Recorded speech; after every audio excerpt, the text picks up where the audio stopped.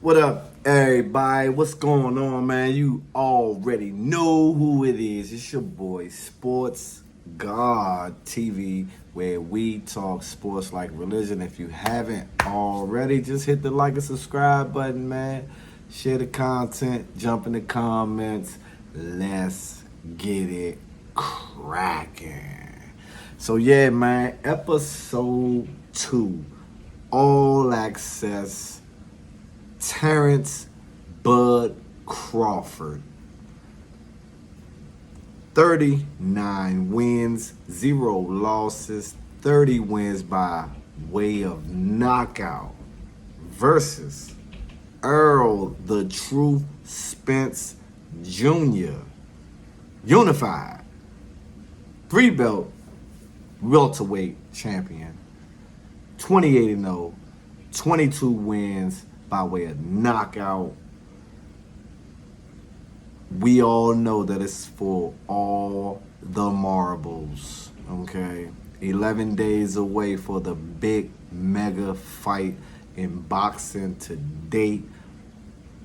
I feel like it's the best fight in the last 10 years. I mean, now, don't get me wrong. Mayweather-Pac, was that 10 years ago? I'm not too sure. But at the same time, when I'm talking about is basically an actual fight, because like I said before in the previous video, though the fight was hyped up between Floyd and Manny Pacquiao, man, Floyd Mayweather did what Floyd Mayweather does, man. He pretty much dominated his opponent and made his opponent look pretty average, if you ask me. But here we go, man. The big fight. What's going on in the fight? What's going on in All Access episode number 2?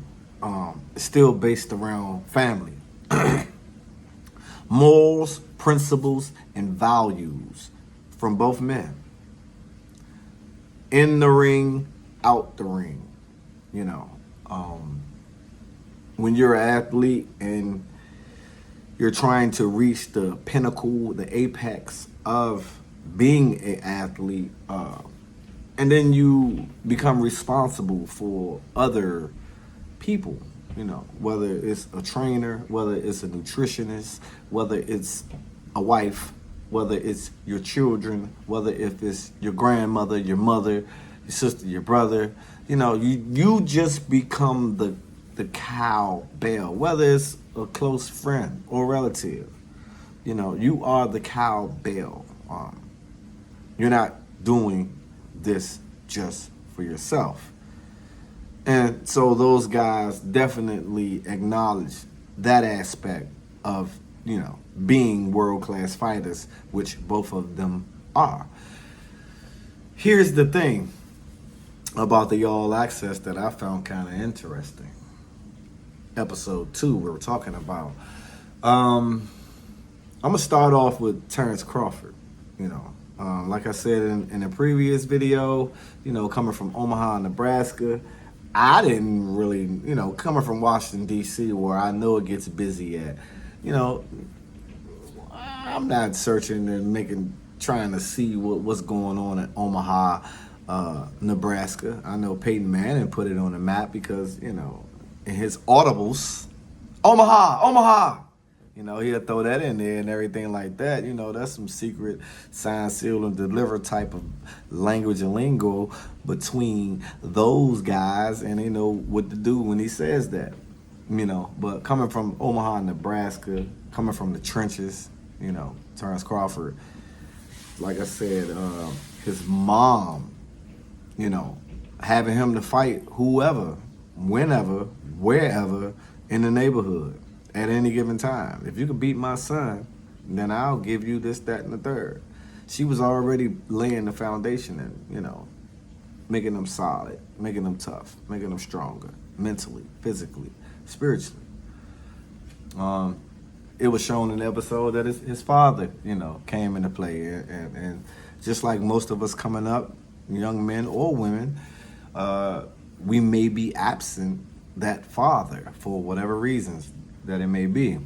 And obviously to have him in your corner, back in your corner, as he stated that, it's a big deal for him, and to have everything intact. And that's a beautiful thing. That's what I must say. As far as the boxer goes, Terrence Bud Crawford, has knocked out his last 10 opponents. A few of them being since he stepped up into the weight class, 147, right? We all know he became undisputed at 140. He cleaned out the division. He already snatched up a belt at 147, and his aim and his goal and his purpose is to actually snatch up the rest of them, right? At 147. Terrence Bud Crawford, is a cool, calm, chill, collected type of guy. In the ring, it's a total different story. Mean, ferocious, calculated. On top of being calculated, if you, stun him, hit him hard, hit him with some good shots, let him know that he's in a fight, it seems like it turns his volume up, his level. He becomes more and more in tune into the fight at hand. With this particular fight, he already is going to be in that mindset because he knows he's fighting up against his dance partner, as they keep saying. They both need each other. I mean, that's just a fact. I mean, at the end of the day, hey, the best need to fight the best. In boxing, that's what it is. When we watch football, we want to see the best versus the best. In basketball, we want to see the best versus the best. That's just what it is. And so that's what we're getting July 29th, 11 days away. We're getting the best versus the best.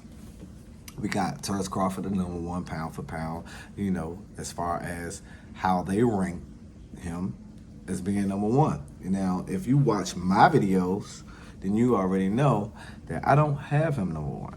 I have him number two behind the guy that I'm going to speak about, Earl the Truth Spence Jr., right? But to sum it all up, man, shout out to Terrence Bud Crawford's team. Shout out to him himself, for everybody for making the fight happen and making it possible.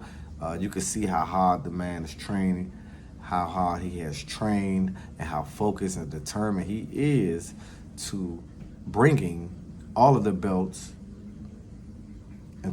back to Omaha, Nebraska. Flip side, you got Earl the Spence Truth Jr.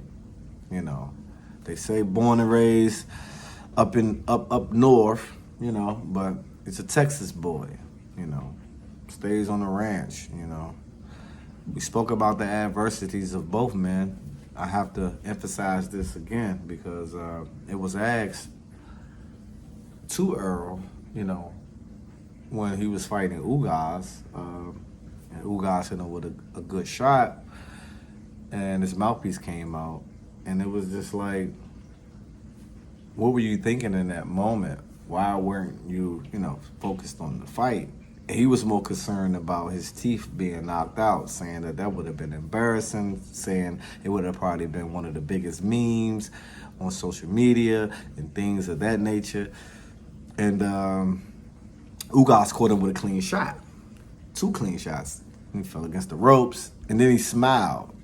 He realized that his teeth didn't get knocked out, And so, but any fighter that is knowingly willing to take a shot like that, looking for teeth, mouthpiece, I don't care what it is. You're in a fight, Holmes, but you're willing to take the best shot from your opponent, just to check on your teeth, says a lot about him. Earl Spence, on the flip side, is the same way when it comes to, family, white girlfriend, children, supporting cast, trainer, everything like that. pretty solid, cool, calm, collective type of guy. Inside the ring, a dog, an animal, pressure fighter, looking to take you out. Doesn't throw, you know, sit down on every punch and throw with philosophy. You know what I mean? Like, he just touches you. You know what I mean? And he throws a tremendous amount of punches, body punches at that. That's what I like about Errol Spence's game. But what I learned from this episode is nothing different as far as the mentality of the fighters. They both are killers. They both are pressure fighters, especially if they have you hurt, or especially if they know that they can take you out. They're going to pressure you. This is going to be an interesting fight. I expect complete fireworks. It may be a fill-out process. Who knows? We don't know. Only them two men know, and the coaches know. And even the coaches might not know. They may go off script. The script may not be to sit in the pocket with Errol Spence from the Terence Crawford side. Terence Crawford, he throw body punches, but he ain't throwing 80, 90, 100 body punches in a fight. He's not throwing that. He's a headhunter. Maybe he switches his game up. Maybe he throws more body punches. Errol Spence, we know he throw body punches. He throw body shots. He throw head shots as well. This is going to be a really interesting fight. Who can make the best adjustments during the fight? Will either fighter stick to their original game plan? Will they not? Only time will tell. And we have less than 2 weeks left to find out. Give me your thoughts and comments on who you think is going to be victorious come fight night. It's your boy, Sports God TV, where we talk sports like religion, and I'm out. Till the next time.